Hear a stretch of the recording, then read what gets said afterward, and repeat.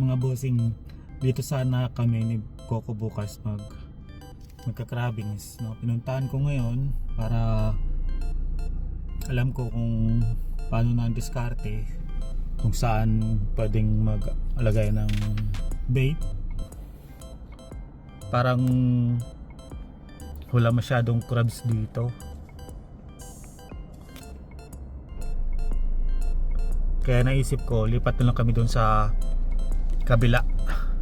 Kaya pupuntahan ko na naman yung kabila ngayon para bukas ready na kung anong gagawin. Let's go.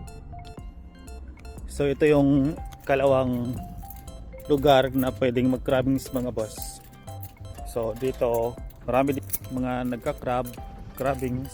Hahanap lang tayo ng magandang pwesto dito.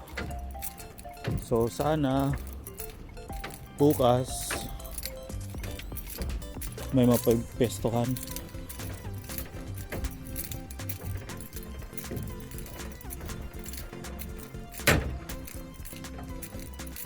So meron din marami dito nag-fishing. Ayan, dyan sila nag-fishing.